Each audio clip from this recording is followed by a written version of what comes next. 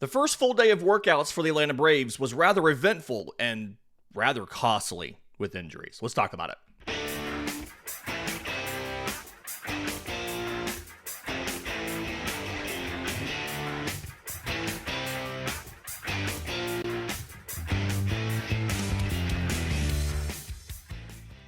Yes, welcome on in to Braves Today, your daily source for news, notes, and updates on your Atlanta Braves. I'm your host, Lindsay Crosby. You can follow me on social media at Crosby Baseball. You can find all my written work, bravestoday.com. That's the Braves Today Substack, as this is both a podcast and a newsletter. We're probably part of the Believe Podcast Network and presented to you by FanDuel. Download the FanDuel app or go to fanduel.com to get started. Yesterday was the first day of actual workouts for the Braves. And we got quite a lot of news, right? We'll talk about the catchers. We'll talk about a new guy coming in, a possible position change there. We'll talk about a trade that was made yesterday. But before we do all of that, the biggest news and the most impactful, and honestly something that we were not hoping to get, Spencer Schwellenbach has gone on the 60-day injured list with right elbow inflammation. The team gave a little more details when Walt Weiss spoke to the media. And long story short, they believe this is bone spurs. Tests have shown that his UCL is structurally sound. But because he went on the 60-day IL, he will miss at least the first 2 months of the season. Reminder here, if you're placed on the 60-day IL in spring training, those days start on opening day. So he technically is going to miss the next 3 months because he will miss a month of spring training, month plus of spring training, and then he will be forced to miss at least 2 months of the regular season. And it's a little frustrating, obviously. We had a lot of injuries, ton of injuries last year. And if you had asked everybody, myself included, last week who you thought was most likely to go down with an injury in spring training, I probably would have said Grant Holmes, who had attempted non-surgical rehab of his partially torn UCL. I would have said Renato Lopez, who had a major shoulder surgery last year and missed he made one start and missed the whole rest of the season. I would have named probably 3 or 4 people before I named Spencer Schwellenbach, because his injury last year was a fractured right elbow, and it was not, like, he was supposedly going just fine. We talked to Alex Anthopoulos right before the winter meetings, and I put this in my newsletter this morning over on Braves Today, that everybody was the good health reports on everybody, right? Good health reports on every single starter, different from how that normally goes for the Braves. This was early December, and he said, quote, "Look, we've had winters where you get to this time of year, and all of a sudden, it's not something we announce team-wise, but you get to this time of year, and a player, he reports to the training staff and says, look, I'm a little sore, I've been throwing, I've been doing X, and so on. It's actually gone the opposite this year. Everyone's doing well, and we have guys coming to the ballpark day in and day out and playing catch and throwing." And Walt Weiss kind of explained the time frame of this, and it is something that happened right around the 1st of February. Quote, "He was doing great. He was throwing bullpens and everything was great. The last bullpen he threw was a week and a half ago or so, which roughly 10 days, right? That's me saying 10 days. And it wasn't great. That's when the red flags went off. So we're hoping for the best. He's a legitimate top of the rotation guy." Agreed. "It hurts to lose a guy like that, but we've got some talented arms in camp and some capable guys that are going to get opportunities." And he's not wrong. Here's the thing. Atlanta has enough pitchers where they're not forced to add a guy to field a adequate opening day rotation, right? You still have Chris Sale, you still have Spencer Strider, you have Renato Lopez, and now those final 2 spots are down to some combination of Bryce Elder, Grant Holmes, Hurston Waldrop, and Martin Perez. That group can cover innings. The question is, can they give you quality innings over multiple months? We probably feel the best about Hurston Waldrop out of that group. But if you do that, you then have workload issues later in the year. I talked about this yesterday. He was gassed at the end of the season. And so that is your group as of right now. You also have Joey Wentz and Jose Suarez who can fill in as spot starters. And Atlanta made a gamble here by not going out and signing an MLB guaranteed contract for a starting pitcher. Atlanta made a two-pronged gamble on their rotation health. Because we all knew someone was going to go down. I've broke it down before. Every single year, Atlanta, and just about every team, loses a starter. You're almost guaranteed to lose one of your starting five. Might be in spring, might be early in the season. Like 2023, you lost Max Fried on the 60-day IL. 24, you lost Strider. And then second half of the year, you lost Lopez too. 25, you lost them all. That was the difference. But Atlanta's two-pronged gamble here was they were gambling that if they lost somebody, it would be one of the back-end arms, not one of the postseason guys. That was the first part of the gamble, and they lost it because Schwellenbach, I mean, you heard what Walt Weiss said, and I agree. Spencer Schwellenbach was, in essence, probably your number two going into the year behind Chris Sale. And then the other part of the gamble was that if we lose somebody, it's going to be a multi-week setback, multi-week absence versus a multi-month absence, right? If somebody strains a hamstring and they're out for 3 weeks or a month or whatever, like Strider was last year, that's not as bad as going on the 60-day IL because you're going to miss multiple months. And honestly, Spencer Schwellenbach's bone spurs, if they don't resolve themselves without surgery, or if they don't take care of themselves and he eventually has to have surgery, not only would he miss the rest of this season, but if you don't have the surgery before about June or so, he'd be in jeopardy for losing 2027. I mean, Atlanta has the quantity to replace Schwellenbach. The question is, do they go outside of the organization? There's obviously external options. Lucas Giolito, Chris Bassett are the biggest names still out there that don't have a qualifying offer. Zach Gallen is still out there but does have a qualifying offer. The issue here, like it's been for the last half of winter, is money.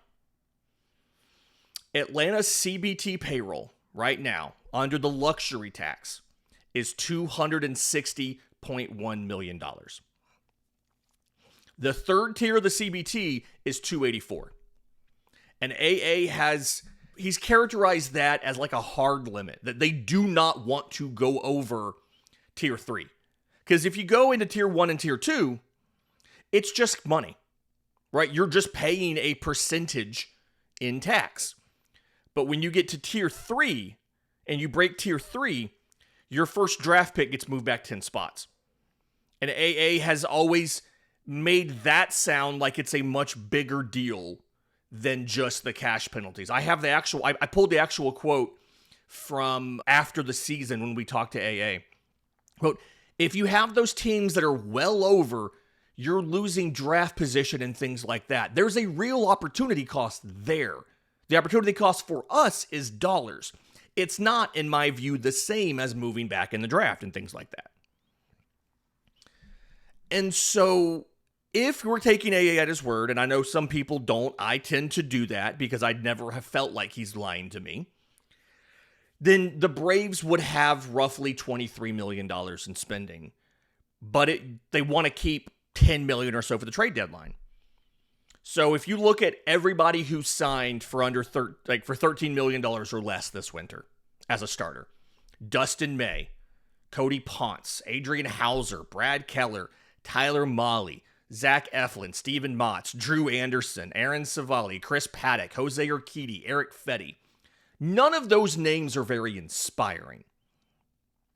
I still think they can get something done. The closer you get to camp, and now that pitchers and catchers are reporting, teams that didn't report and have their first workout yesterday, I think are almost all having their first workout today. Guys' asks are going to start to come down. Chris Paddock was expected to get around $7 million on the crowdsourced projection that Fangraphs put out. He got 4, right? Molly was expected to get 17. He got 10. Eflin was projected to get 15. He got 10 to re-sign with Baltimore. Urquidy got $1.5 million the other day to go to Pittsburgh as, their 7th starter or something. So it's possible that Bassett or Giolito come down financially. It's also possible the Braves move on from somebody to try to get some money, right? It could be, I talked about this yesterday, if you can move Aaron Bummer, you can free up $6.5 million CBT, and that gives you more breathing room to meet a Lucas Giolito, to meet a Chris Bassett where they are, right? I'm not 100% convinced they're going to make a signing, but there's a really good chance they try to bring in somebody. I'm not convinced they're going to go all the way what's needed for a Bassett or a Giolito, and knowing my luck, from when I record this at 8:30 in the morning on Wednesday to when it comes out at noon, something will have changed in that couple hours span, and if so, I'll come in here and update. But it feels like they think the quantity is there. And so they're going to kind of monitor the market and they're going to evaluate their guys. And if they do that, it's not ideal, but it's also not the end of the world. Because you have to remember, the goal is not to stack the opening day rotation. The goal is to build the October rotation. And if the doctor, the surgeon, whoever they send Schwellenbach to evaluate him, if he thinks that there's a legitimate chance Schwellenbach can make it back for the back half of the season, or even if you just activate him in September or whatever, and can be effective in the postseason, then Atlanta's calculation here probably changes. Now, at the same time, you're also hoping nobody else goes down. It would be best to go ahead and add another starter. I don't know if they do. We'll see what happens. We'll keep monitoring this. In just a minute, we did see them make some additions yesterday, just kind of not necessarily where we expected. We'll talk about that next, right here on Braves Today. But first, today's episode is brought to you by our friends at Grand Slam Getaways. If you ever dreamed on going on the ultimate Braves-themed baseball road trip, this is for you. Grand Slam Getaways offers bucket list baseball bus trips designed for fans who love the game and want to travel in style. All of these trips depart from Atlanta. They include field-level tickets, 3-star hotels, daily breakfast, a full slate of ballparks, and lots of other activities. Louisville Slugger Museum, the Bull Durham filming locations. Each of these trips has at least 2 Braves road games. There's appearances by former MLB players. There's giveaways. It's a fantastic time. If you're retired, it's a great summer vacation. A baseball nut, or just a parent and a child looking for a fun summer adventure together to bond, it's a stress-free way to hit the road with fellow Braves fans. 3 trips to choose from: Florida in May, the Midwest in June, the Northeast in July, and again, all timed up to match up with multiple Braves road games. So reserve your spot now with a small deposit. Go to grandslam-getaways.com to make this summer a grand slam. Again, check it out, grandslam-getaways.com, to let the baseball adventure begin. Welcome back to Braves Today. Lindsay Crosby. I noticed something interesting this morning. FanDuel, in light of the Schwellenbach news, has already dropped Atlanta's odds of winning the National League and winning the World Series. We've been talking about the Braves were like the 3rd or 4th highest team and like the 2nd National League team behind the Dodgers in the World Series odds. Atlanta now in the World Series odds is now 7th overall and is 4th in the National League. Dodgers are still the favorites. Mets plus 1,300.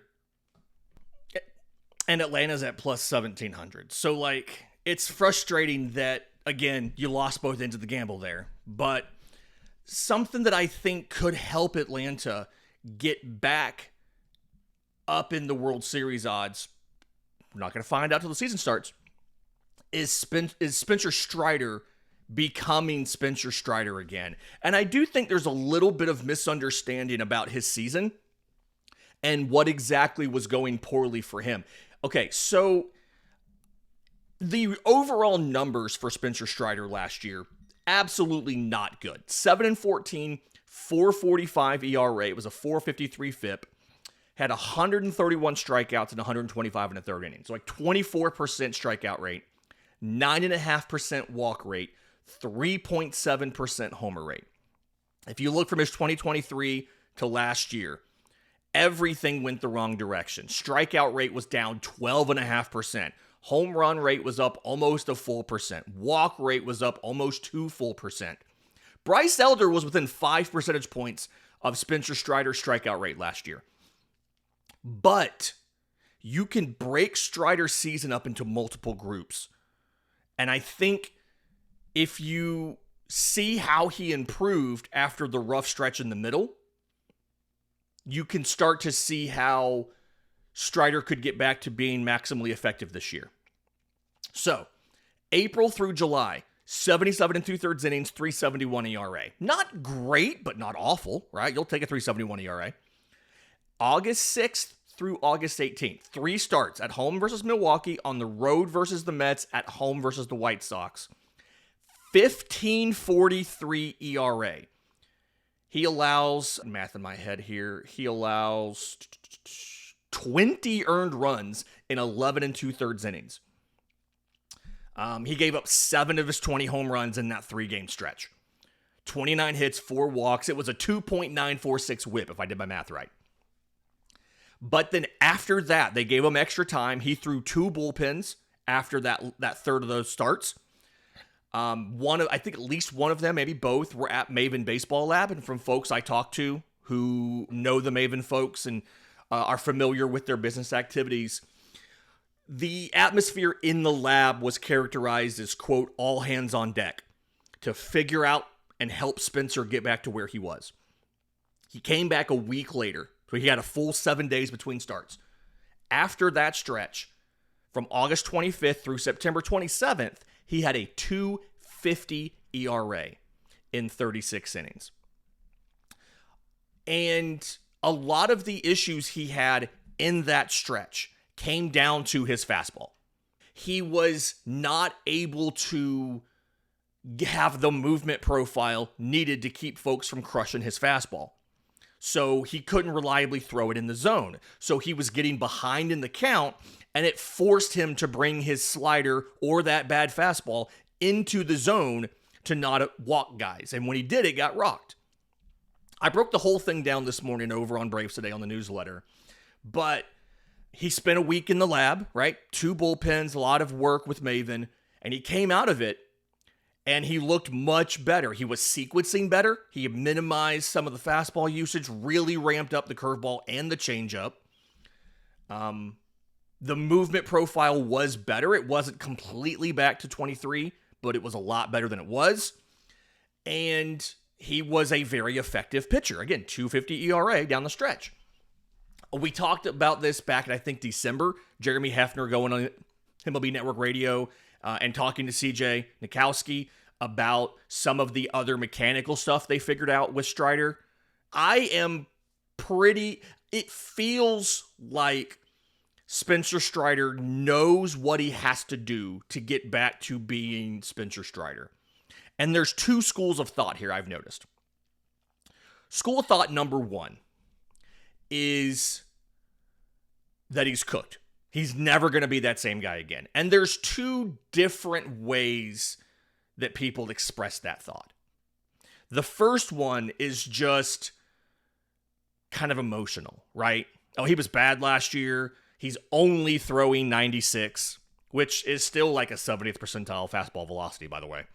He's only throwing 96. It doesn't move the same. He's never going to be that same dude again. He has to learn to be a pitcher now instead of just being a thrower, which I would argue That stretch at the end of the year, 5 or 6 starts. Again, ERA of 2.50. When you look at what he did, the sequencing being much better and all that stuff, he was a traditional idea of a pitcher there. Mixing up all of his pitches, locations, sequencing, all that stuff. The other argument there, a little more eloquent and kind of rooted in baseball knowledge, is that, and I think the best way to characterize this is a quote from my friend Nick Pollock, the founder of Pitcher List, the fantasy baseball focused website. And he previewed Atlanta's starting rotation a couple weeks ago, and here's what he wrote about Spencer Strider. Can you remember a pitcher who had an elite four-seamer, underwent elbow surgery, returned with a worse four-seamer, and then regained his elite four-seamer the next year? I know it's a lot of variables, but the answer is simple. There isn't one. So that is a school of thought that Spencer Strider will never get back to that elite version of Spencer Strider that we saw. The fastball slider dominant, like that's 90% usage for him. He's throwing 98 on the regular, set dudes up with the fastball up in the zone, beat him with the slider down. Like that's the school of thought here, is that version will never come back. The other school of thought, and I'm just going to be honest, I am a pretty optimistic person, as you guys have noticed. I got a comment the other day, they said, you seem to think that everybody is fixable. And I'm like, yeah, I would rather assume this guy can get better than just assume this guy's always going to be a bum. Like, that's just who I am as a person. I am a naturally optimistic person. My thought process here is, if there's anybody in Atlanta's pitching staff that understands biomechanics, that understands the science of pitching, that understands what his body can do, and has shown that he has the knowledge, the work ethic, and the drive to rebuild into the elite version that he used to be, it's Spencer Strider.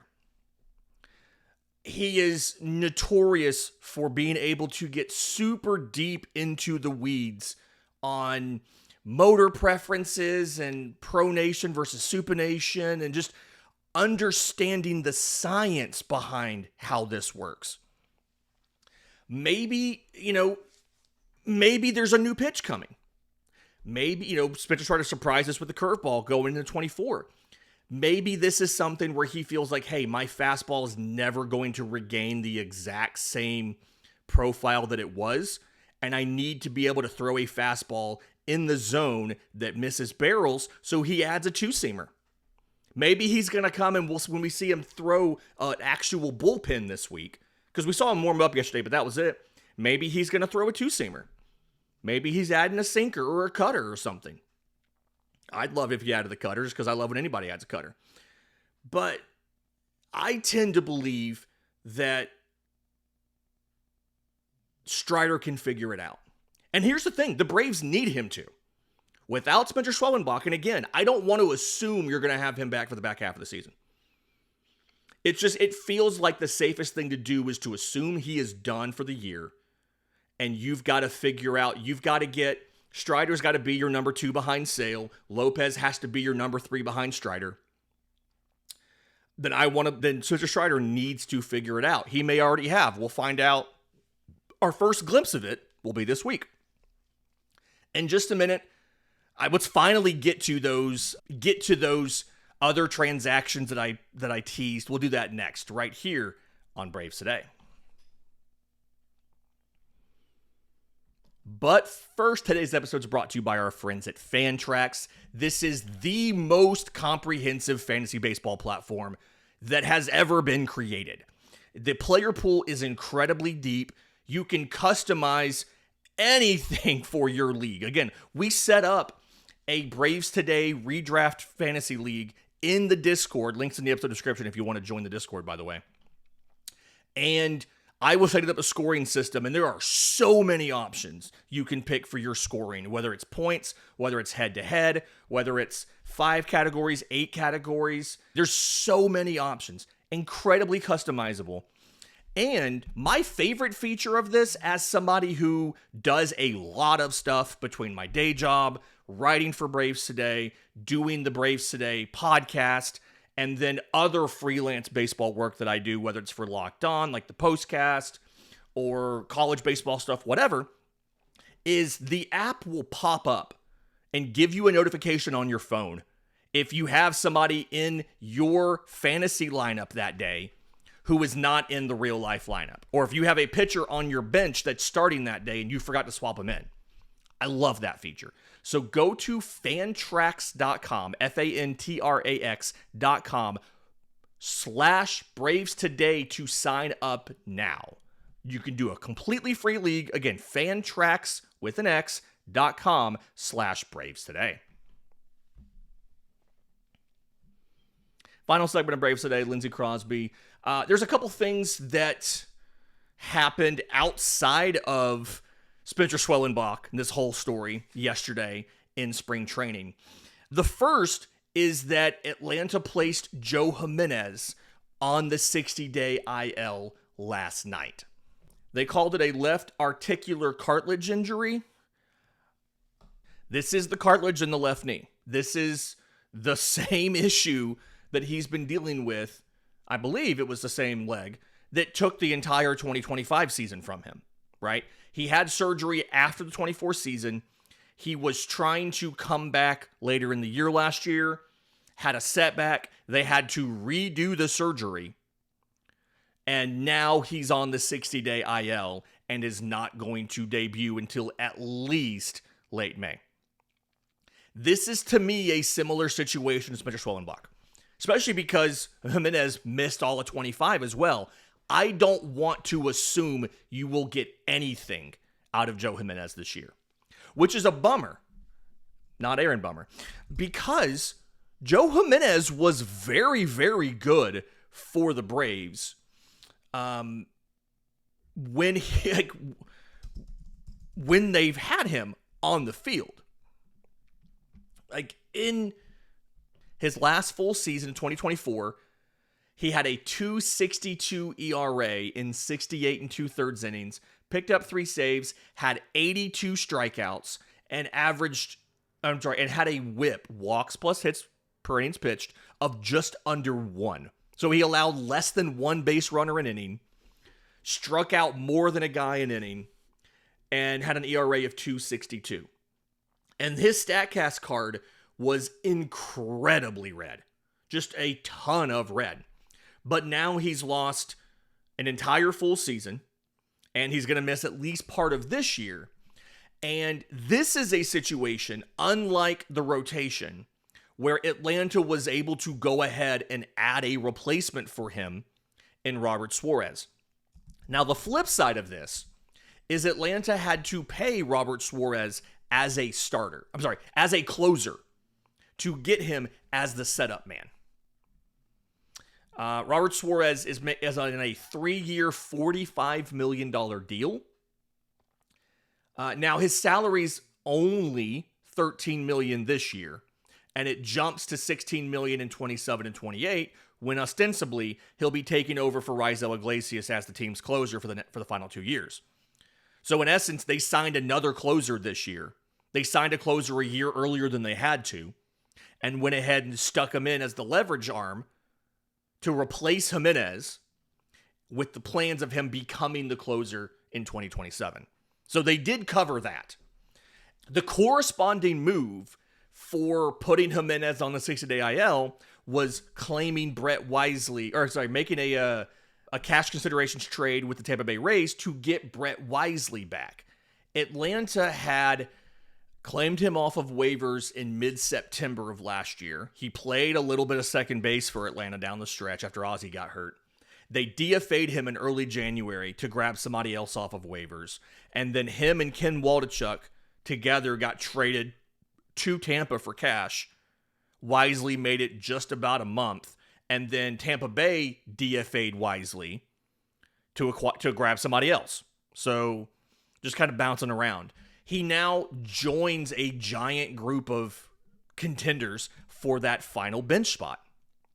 So you've got Mateo, White, and your backup catcher, we're getting there in a second, as your 3 members of the bench. And then your last spot is down to probably Brett Wisely is option 1.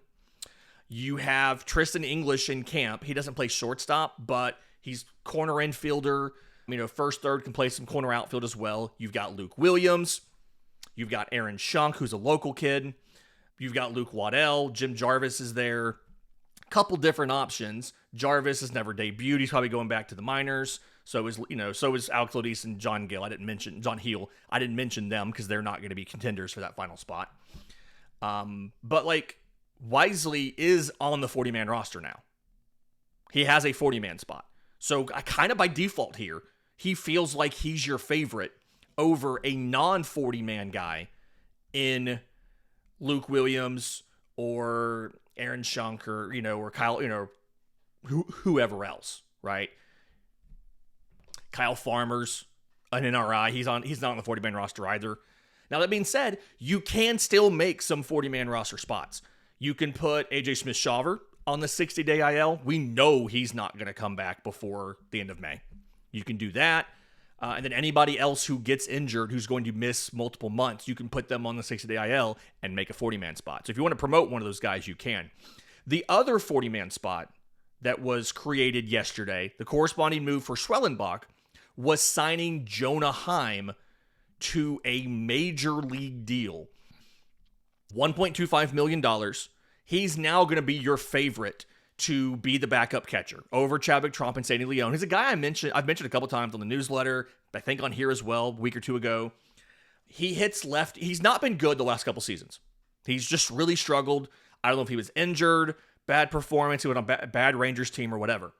But he's a former Gold Glover. He's a former All-Star. You always love kind of throwing that out there.